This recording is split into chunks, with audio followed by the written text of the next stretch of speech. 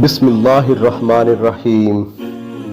اسلامی تعلیمات میں عقائد اور عبادات کے بعد جس چیز پر سب سے زیادہ زور دیا گیا ہے وہ اخلاقی تعلیمات ہیں۔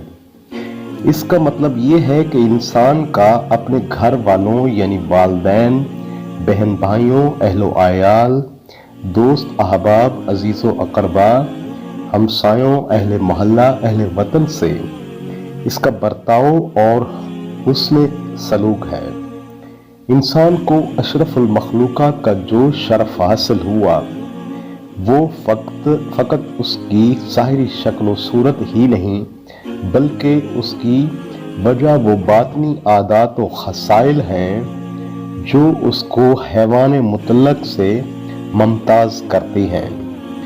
ہر دور میں ہر نبی نے اپنی امت کو اس کی دعوت دی اور پیغمبر آخر الزمان حضرت محمد صلی اللہ علیہ وآلہ وسلم نے تو اپنی بعثت کا مقصد ہی اس نے اخلاق کی تکمیل قرار دیا۔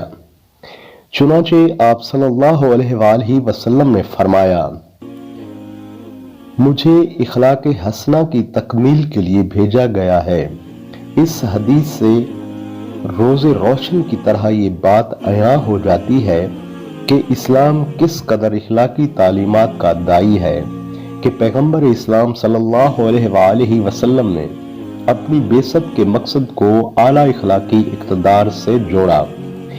یہ آپ صلی اللہ علیہ وآلہ وسلم کی اخلاقی تعلیمات کا ہی اثر تھا کہ دنیا کی اجڑ ترین قوم جن کے ہاں حیا و عفت، عدل و انصاف، مساوات، ہمدردی جیسے اوصاف حسنہ نام کو بھی نہ تھے، جو وحشیت اور بربریت کے اس درجہ پر پہنچ چکی تھی کہ آپ اپنے جگر گوشوں کو درگور کر دیتے یا انہیں زندہ آگ کے حوالے کر دیتے۔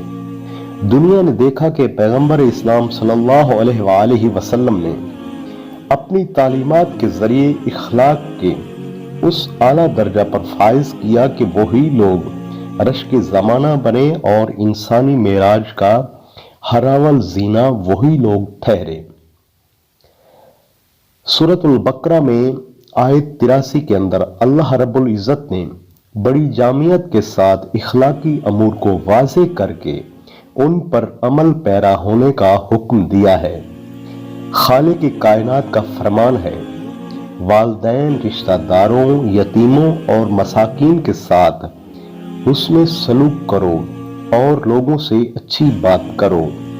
یہ آیت درج ذیل 5 اخلاقی پہلوؤں کا احاطہ کرتی ہے۔ نمبر 1، والدین کے ساتھ اچھا رویہ۔ نمبر 2، رشتہ داروں کے ساتھ حسن سلوک۔ نمبر 3، یتیموں کے ساتھ نیک برتاؤ۔ نمبر 4، مساکین کے ساتھ مشفقانہ رویہ۔ نمبر 5، عامت الناس سے درست بات۔ پھر اس آیت مقدسہ میں ترتیب بھی باکمال ہے۔ والدین جنہوں نے انسان کی خاطر طرح طرح کے مصائب و آلام برداشت کیے، باپ جس نے اولاد کی خاطر نہ دھوپ دیکھی نہ چھاؤں، ماں جس نے موت و حیات کی کشمکش میں مبتلا ہو کر اولاد کو جنم دیا، سو انسان کے حسن اخلاق کے سب سے پہلے حقدار وہی تھے، تو ان کا ذکر بھی سب سے پہلے کیا۔ پھر رشتہ داروں کو ذکر کیا جن کا مقام و مرتبہ والدین کے بعد ہے۔ پھر اسی ترتیب سے یتیم اور مسکین کے ساتھ حسن سلوک کا حکم دیا گیا، اور آخر میں جس اخلاقی حکم کا ذکر کیا گیا وہ اسلام کا وہ زرعی اصول ہے جو صالح معاشرہ قائم کرنے میں بنیادی کردار ادا کرتا ہے۔ اخلاق حسنہ عطیہ خداوندی ہوتے ہیں۔ اللہ تعالی ہم سب کو اس نعمت سے سرفراز فرمائے، آمین۔